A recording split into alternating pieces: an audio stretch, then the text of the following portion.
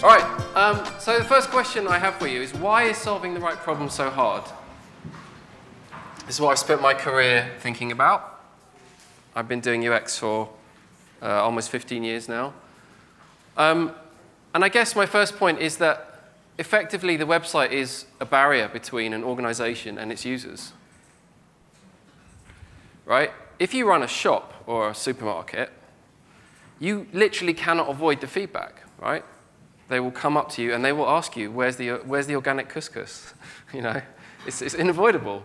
But unfortunately, we work in a realm where that is not true.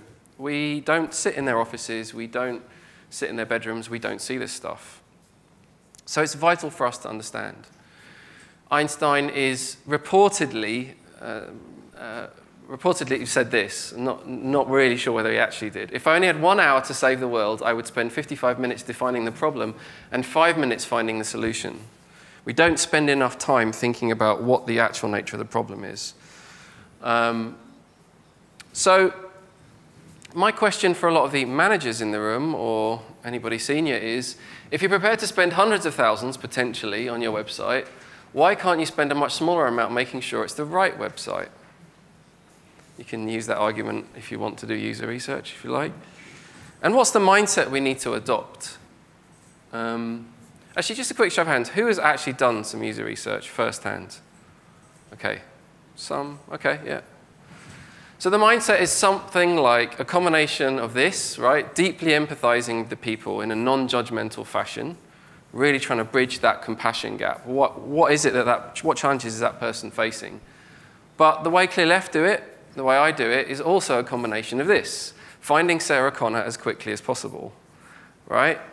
We are not academic researchers. We don't have time for that. We need to optimize for action, not for factual truth or peer review. We need to know exactly the right information to make the right decision right now. And as I mentioned in my last talk, it's probably the same people, isn't it? The best team studied. Every single team member spent an average of 2 hours every 6 weeks watching people use the product or a competitor's product. That's fascinating. That's really cool if you want to try that.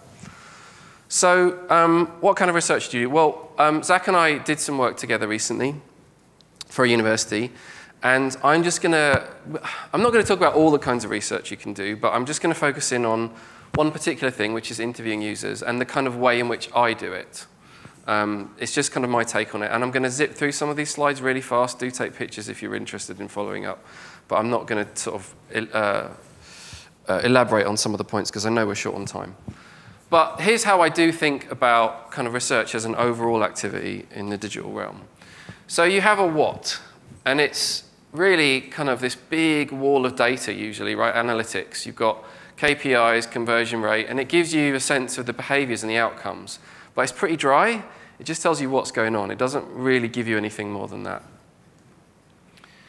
Ooh, there we go. And then what you want to try and do is combine that at scale, right? Here's a large scale with sentiment, right? The voice of the customer. And I'm a big fan of these mini surveys and short feedback forms. Not big surveys, I don't like those. But mini surveys like, what were you trying to do today? Or what's the reason you're not buying right now? Something like that, really short questions. That gives you the feelings. You want to capture those feelings at scale.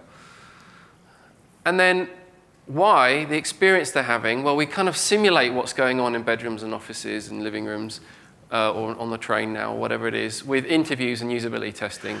And that's what I'm going to talk to you about today, right? So if you know this, and you have a sense of what's happening at scale, then you can interrogate why this is all happening with this stuff up the top. And really, this is the most important stuff. So it looks like this. If you haven't done this, hopefully you can be my colleague Josh at some point, just sat there being the moderator of a research session. And it really is a core UX skill.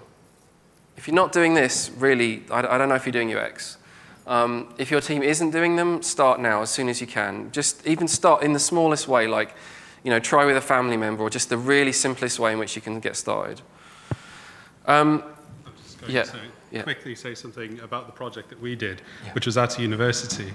They asked us, well, how are we going to recruit students to go and do our interviews, to fill in our surveys? And I was just kind of looking at them like, you're at a university, it's crowd, like I had to fight my way through about 1,800 students to get here. And then fortunately I didn't have to tell them that, because one of them, the most junior person in the room, went, well, we could put the survey on an iPad and I could stand by the door. And everyone went, is that legitimate? Are we allowed to do that? And I was like, yes, go and do that. Yeah. So when doing research, this is the bit that people often skip, right? Which is clarifying your research objectives. I generally break it down into sort of 2 or 3 levels. These are big, high-level questions that frame the research, what you want to find out now. These are not the questions you're going to ask. I want to draw a distinction about that. But you have to start all of your research by saying, what is the thing we are focusing in on? So in this case, we're mixing up. We want to know more about how students research their choice of university with some tactical stuff about what's the usability of these websites like. We want to learn about that too. Right, so you're both learning about their general needs and specific problems with specific problems. And I'm going to show you about how I often do both at the same time. So let's say you've decided that based on these research questions, you're going to do interviews, amongst other things, hopefully. So what does an interview structure typically look like? Well, what I tend to do is I try to make them feel really comfortable, explain why we're doing it. That's the top. I pay them up front. That's a really important detail, because they don't feel like I'm testing their performance.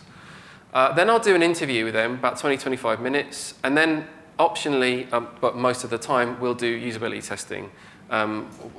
We created the leading usability testing recording product in the world. It's called Silverback. Go check it out. Try it for free. So I'll record the session there. And what will often happen is I will interview them, and I will dig out details that I then later use in the test. So if they, for example of students, if they visit a particular website, we'll return to it, and I'll have them play stuff back to me. So I'm digging in the interview, and then I'm testing things they talked about. And then summarize it back to them, help them feel heard, clarify your own thoughts about the session. So what I'll use in the session, and I won't go through all these points because we're low on time, is I'll create a discussion guide. It's literally an A4 sheet which has a series of themes on it, and those have specific questions that you are going to ask about the process in the interview, right? And you want to start it broad. So a big opening question like, so tell me about your work, right? It sounds really weird to ask them that, but you just want to get them talking, get them comfortable with it. And then slowly your themes and your questions start to narrow down along the way. So it narrows down over time. And then you probably put the heart of the issue in a theme near the end. So if it's about their choice of university, you start to ask that stuff at the end. Yeah, what would I say about, what else could I quickly say about this? Yeah, no, we'll move on. Oh, just to say that interviews, don't script it like a robot, right? Just be prepared to jump around when you're doing it, improvise, because their minds will go all over the place as they're talking about this stuff, and they'll jump between your themes. You just need to run with it. Now, the main skill that I think I've learned is finding my sort of inner Zen interviewer, right? There's a process that you have to, there's just a practice that you have to go through to become somebody who doesn't ask leading questions and is completely non-judgmental in that hour that you are with them. It's a really hard thing. It's not very natural for people to do that. We bring our baggage into the room. We start judging them. Oh, why did they do that? You know, you have to be operating at a higher level. You have to be the Zen researcher. You know, you don't really care about their ideas. You're friendly, but you're not really engaging with them too much. You don't care what their mum thinks. You don't confirm their beliefs. You can end up blaming them, particularly if you designed it. That's a danger. So you've got to kind of be like the Buddha. And you need to keep other people, if there's other people observing in the room, keep them quiet as much as possible. I tend to only have one person in the room at any one time. So the hardest thing, as I mentioned, is learning how not to ask leading questions. It's really, really, really hard. Some of you work in universities, go and speak to your psychology people about how to do that. I'm sure they could probably teach that better than I could. So this one, I'm just throwing up a whole bunch of sort of styles of questions that I ask in the process, both in the interview and the testing. The top one I recommend is a really important one. So you apply to Birmingham and then Parrot Talk. So if they talk about something and you want to know more, don't ask them the thing that's on your mind. Just parrot it back to them and leave a gap at the end for them to fill it in. So you apply to Birmingham, and they will just start talking. You can do this to people in the pub. It's amazing. You can literally have them talk for an entire hour with you not saying anything by just parroting stuff back to people. And it's brilliant for interrogating what's really going on. So you've got your what, when, why, when, hows, and then tell me more about. You notice that all of these are avoiding what you think, right? Avoiding the leading question. So just as an example, some bad ones. Do you like this? Do you feel X? Well, they might not feel anything at this particular moment. Were you thinking Y? Or let me show you how this works. My favorite moment in all this was I once tested a software product about 10 years ago where the guy who owned the company said, listen, can you just test it, like, can you just train them in the software before you test it? I'm like, yeah, okay. All right, so some tips, I'm just rushing through these. Remind them that you're testing the system. Encourage them to think aloud. That's the process you want them to go through. Don't keep people waiting around. Do your best to set them at ease, make it seem really informal. Explain what you're doing. Yeah, enumerate them in advance, I've covered that. So let's say you've got some recordings, some interviews, some notes, however you want to record it. Well, the next thing, I'm sure you've all sort of seen this or done this at some point, is to externalize the analysis, right? Don't leave it in your head. Get it out, get it discussable, get it visible, highly visible so people can see it. And also so that you can draw connections. So in the case of this university that Zach and I worked with, I observed a lot of things, but one of the main ones was that actually I thought people sat on a spectrum. I was looking for patterns in the data, all the interviews that I did. And I would put people somewhere on this kind of scale here. There's a lot of depth here, university people, that you probably know something about. But essentially, you know, this person wants to apply but doesn't really know where they're going in life or what they're doing. And then here we have our visionary at the top. Now, I'm going to leave it there in terms of how to do the interviews. But if you want to follow this up, buy Silverback. That's our product, or give it a try. And the two books I'd recommend are Rocket Surgery Made Easy. That's the kind of key, classic, highly accessible text. And Erica Hall's more recent Just Enough Research. This is the kind of guerrilla stuff. She covers the kind of method of guerrilla research in much more depth. So on to like how to play it back. I'm just going to plug the audio in, if we could have audio. I'm going to play you a clip. And the reason I'm just going to play you a quick clip is that I'm going to give you, I'm going to let you watch it and then give you a sort of bit of a ninja UX advice afterwards. You're moving house and you want to know what council tax to pay. Okay.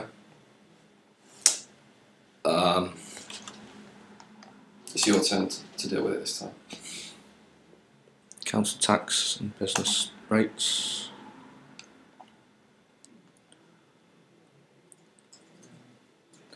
The thing is, right, with this, and I don't know if this is helpful to you or not, but it comes up and it's not that hard to navigate around, but there's just so much of it. I'm looking at it, I'm not reading it. Do you know what I mean? It's, are you struggling to pay your council tax? Okay, so the one thing I want you to notice there is that he's saying one thing and doing another. Yeah? He's trying to be really complimentary about the website, but he is lost. So you have to be very, very careful. You do not take what they're saying literally. Now, the reason I put this one up is that for some reason, this made the people at Brighton Council laugh a lot. I think they saw their own mistakes in this, and they were able to kind of laugh at themselves.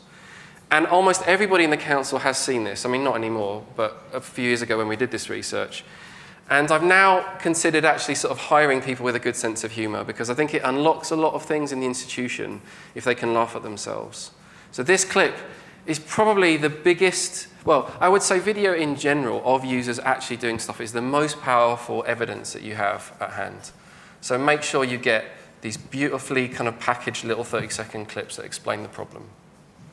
Back to our university research, this is something I'm just showing you how I played it back to the organisation. Note the kind of poster style of it, right? It's about making it highly accessible. You can imagine seeing this on the wall. It's fun. It's not too detailed. I don't really like going into details of my personas. It just captures some really basic things about the character of this person. Unfortunately, I can't show you kind of university folks the actual real meat of this research. But the other thing is to figure out what your model is, right? So here again is me summarizing what's happening at scale with university students. So this is partly based on white papers that I read and partly based on the people that I met. But kind of what's the funnel that they go through to choose? You've got to make a highly accessible, well-designed artifact that summarizes the problem. And then some sort of layers of detail underneath. Unfortunately, I can't share any of that with you. So I'm going to hand over to Zach now to talk about how he used some of the things you've just seen. So One of the most interesting things about user research and about this project in particular was how keen the team themselves were on getting these answers. We very much decided to do a huge amount of user research on this project because they said we really want to understand who our users are. And I wasn't surprised, but I was very much thrilled by that because I didn't have to do any convincing. It wasn't like I'm going there and saying, we really need to work these out. They were like, no, we know that. We need to find out how.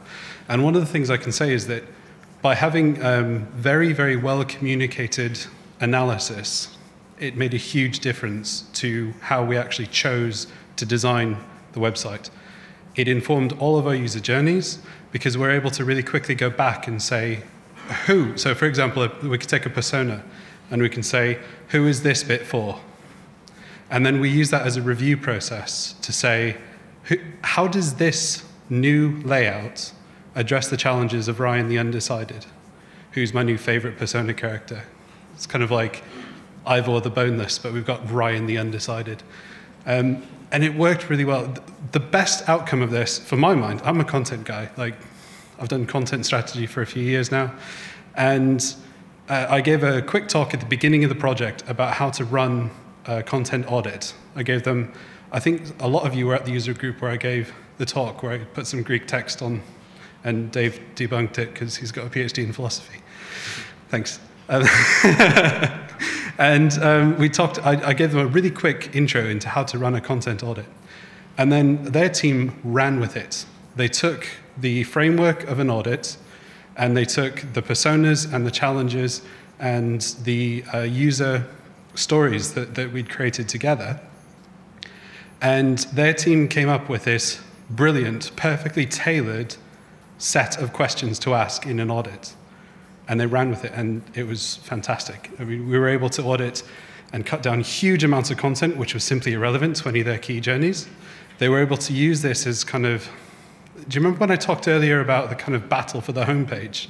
They're able to use this evidence to say, that doesn't help any of our people. We're not going to allow it to be on the homepage. And it's given them a lot of confidence, and it's given them the kind of ammunition that they need to kind of make those really hard decisions and say, actually, this is an internal thing, and it's not helping any of our users. So if there's one takeaway, because boiling things down to one seems like a wise thing to do, I don't know why, I would say communicate your findings very well. Put a lot of effort into how you actually communicate these. Because the fact that you spent a lot of time doing the interviews, and the fact that you spent some time doing some analysis, it doesn't really matter very much if you don't then communicate that to the whole of the team. So we've had everybody from Chris, who's done the designs on our end, to their entire web team, to our developers. Everybody has access to this information, and we talk about it and go back to it. So that when we talk about user-focused, we've got one particular user in mind. We can keep referring back to it, and yeah, it's been good fun as well. Thank you. So I'm just going to end with some parting thoughts about what kind of guides this work. This is a principle that comes straight from GDS. User research is a team sport. As I mentioned, get your whole team involved. This is not a siloed activity that you do separately. Have people sit in and watch if you can, especially developers and stakeholders. Don't ask permission. You can set this up in an afternoon if you want. Just do it. Just take the time. Watch what they do. Oh, I missed a Y there. Not what they say. You saw an example of that earlier. What you're trying to do often is uncover the mental models that they have in their head. They have a way of thinking about it that's probably very different to your institution, and you need to understand that model and not just copy your sort of internal kind of org structure. Guerrilla over science, action over academia. I touched on that earlier. You can resolve differences with testing. I think this is a really important element of user research, right? So if you have two departments or stakeholders in conflict, literally just kill the argument and say, what if we tested this? What if we put something in front of users? Even the most simple mock-up or prototype could probably answer the question. As you saw earlier, make raw findings visible and tangible. You want to be able to kind of move the pieces around and share things with your team.